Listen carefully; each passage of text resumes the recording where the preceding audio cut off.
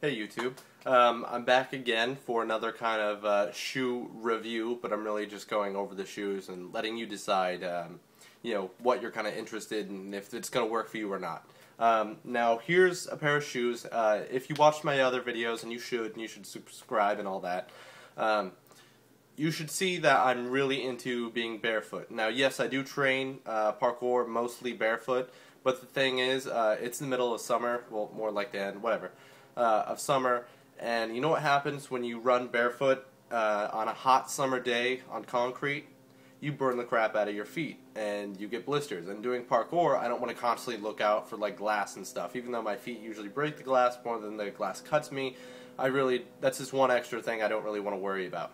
So I've discovered probably one of my best pairs of shoes, and that is probably the VibramFiveFingers. Now these shoes are great. Five Fingers, Vibram, you guys are awesome for making these shoes. It's been a great inspiration, and I love your shoes. But I'm not too particularly happy with the Komodo Sport. This is Vibram's more or less their newest shoe. It's kind of like an upgrade to the KSO, but for traceurs like me and people that kind of train the same way as me, this is not really an upgrade. This is at its most durable shoe that Vibram makes, really. But I used them for like an hour or so, and you could probably not even pick it up on the camera. No, you can't. The seams where it's kind of ventilated right here, it's already starting to kind of give and start breaking and stuff. The bottoms, they look like they're going to hold up for a while, but I have a few complaints about the bottoms of the shoe. Now, if you look, my hand looks pretty much like the bottom of my foot. If you look at a gorilla, it's going to have the same thing. If you look at a chimpanzee, it's going to have the same thing. We don't have knobbies or any other kind of weird design on the bottom of our hands. We have these tiny little, what we call fingerprints. And these things work great. Anyone who trains, I've never met anyone who trains with gloves on. If you do, and if that works for you, that's great. Keep training with gloves on. But so far, our hands work fantastic for parkour, and so our feet do too. Our feet don't really have the bottoms of this, and the reason I don't like the bottoms of the shoes is because it's not as bad as the Bikila. I don't even want to make a video about parkour Bikila because Bikilas are straight up just for running, and we're not just running and while doing parkour. So the bottoms aren't that great. Now, if you're Konging and all that stuff, it's fine. But I'm kind of picky, and when I walk, I don't really like to feel knobs on it. I walk and run barefoot because it's comfortable to me. I like it more. I can't really train with shoes on because they hurt my ankles, feet, etc., etc. But the bottoms are kind of uncomfortable to me, especially when I'm walking on rails. Because of the weird designs on there, it's really hard to find a groove on a rail that you fit comfortably, where normally I just grip the rail with my feet and I kind of walk around. It's fine. I could do it all day long. But with these, they're not as flexible, I think, as the normal KSO, and definitely not as flexible as the Bikila. And that's one complaint. I really like to have flexibility in my feet. It's the whole reason I'm barefoot. Otherwise, I'll just get a cast and train with that on. But yeah, these are really make it kind of tough for me to do precisions because of the weird designs. Excuse me.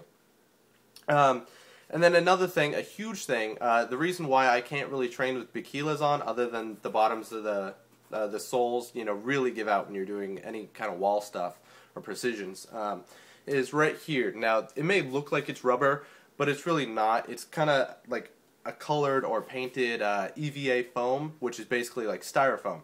Now, on a painted rail, people that train on rails know that they're slick. So if you hit there with right here. Now, normally you want to hit right here, but sometimes you just want to make it, and so you hit right here, and that's okay occasionally. But right here, especially on the Bikilas, you slip right off. There's almost no grip right here compared to here. So you're using the blade of your foot to kind of stop yourself from sliding. And when you're like anywhere from like a foot to anywhere from like 600 feet up, depending on the traceur, you don't want to have to worry about that extra thing. You just want to make it and go and, kind of feel the flow. Sorry about that. Camera's falling. So, with these things in mind, personally for me, those are like really the only complaints, is the way it feels when you walk, how that has no grip right there, and how the shoes aren't really as durable as they kind of say they are. I mean, maybe they are the most durable shoes, but then, like, come on, why is the stitching so bad? I break stitchings on all the shoes I have, and thank goodness I got them at REI because, you can pretty much, it's 100% customer satisfaction. Now, I did have the laces version, but it was actually so tight because I have such a high arch or instep that it was like crushing the top of my foot, and that was super uncomfortable, so that's why I had to go to the straps. I really like the laces, but that's all I really have to say about these. They're good shoes, but I'd rather be super comfortable in a pair of KSOs, and maybe they'll wear out a little bit quicker, but they're more suited for the needs that I have, and KSOs are only $85 and these are $110, so I really don't want to destroy a pair of $110 shoes in like 10 hours of training. There are good things about this shoe though, and that is this sole, which is removable, is so comfortable right here. This kind of, I don't know, like velvety feel to it. It feels so comfortable.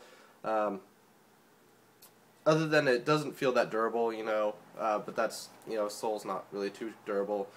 It kind of tears up with your feet because it gets sweaty, etc., etc. But with all that said, if these shoes are going to work for you, go for it. But really, for le parkour or free running, they're not for me.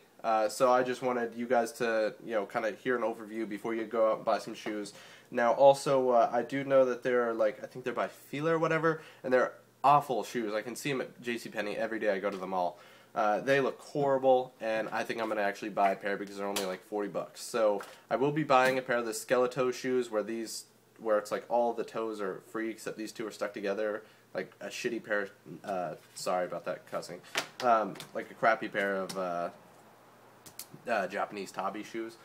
But I'll give them a shot, I'll see what they're like, and then I'm probably going to not like them at all, because I doubt there's going to be any grip or anything good about those shoes. But yeah, if this gets to Vibram, please make a version of the KSO with more of like a design on the bottom with our, like our hands and feet, instead of something like this. And please make them like super durable, like do double stitching, like I used to do motocross and there was always double stitching on it. Please switch to double stitching and that would be great. I don't care if those shoes are $200, I'll probably throw down for those shoes, because I really love Vibrams, and I love being close to barefoot when training without having to worry about miscellaneous things. So I hope this helps people. I love these shoes, but I am going to trade them in for a cheaper pair of KSO. And everyone just train safe, respect your body, respect your limits, and take care.